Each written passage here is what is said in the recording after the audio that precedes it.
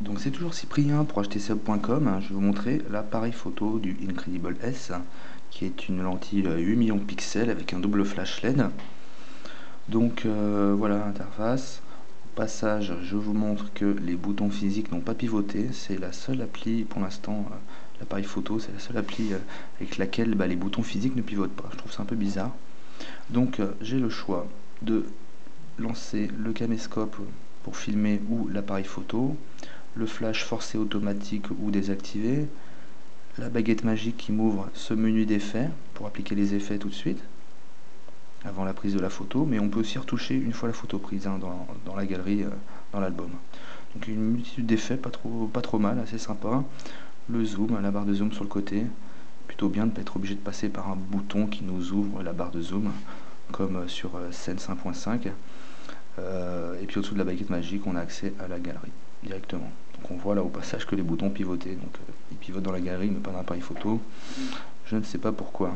L'autofocus et les photos se déclenchent vraiment rapidement. La mise au point est très rapide. Donc là j'ai décidé de pouvoir visualiser la photo 2 secondes. Je peux décider tout de suite de la supprimer ou pas. Et j'ouvre le menu qui me permet d'activer la caméra frontale. C'est pour l'instant la seule appli avec laquelle je peux activer la caméra frontale. Je ne peux pas passer d'appel en visio pour l'instant. Je n'ai pas encore essayé avec Skype ou les applications de visioconférence téléchargeables, quoi. Donc pour l'instant, la caméra frontale ne me sert qu'à ça. Je peux aussi filmer avec la caméra frontale. Bon, c'est une 1,3 mégapixels. C'est pas une bien belle définition. Enfin bref. Donc je peux activer un retardateur, ajuster l'image, la balance des blancs, la résolution. Donc là c'est 1 million de pixels puisque je suis passé sur la caméra en façade.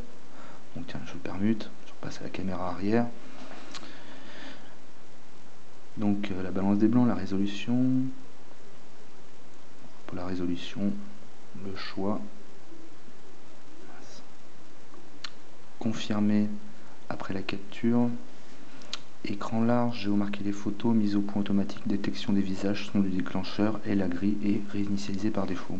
Donc les options nécessaires, l'appareil est bon, et quand même un peu plus moins sommaire que l'iPhone.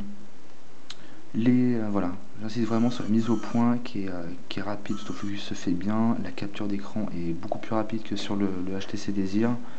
La qualité est nettement meilleure. C'est sûr qu'on est toujours loin de la qualité des lentilles qu'équipent les Nokia et les Sony Ericsson. Mais bon, c'est pas non plus un gros point faible. C'est sûr que moi je n'utilise pas beaucoup, donc je suis pas un accro de la photo avec le smartphone, mais c'est sûr que ça dépanne toujours. Je trouve en tout cas qu'ils sont vraiment nettement meilleurs que sur le Desir. Bon, c'est un 8 millions de pixels, je pense qu'il vaut un bon 5 millions de pixels, quoi. Pas plus. Voilà, c'était l'appareil photo. Je passe en mode pour filmer. Donc le zoom pendant une vidéo, il saccade beaucoup. Impossible. Je vois les secondes qui défilent ici. Faire un zoom, vous verrez que c'est pas génial. Dès qu'on passe en surexposition et sous-exposition, la lentille a un peu du mal à faire la mise au point, mais c'est pareil, il y a l'autofocus pour faire une mise au point dans la caméra. Voilà pour cette appli.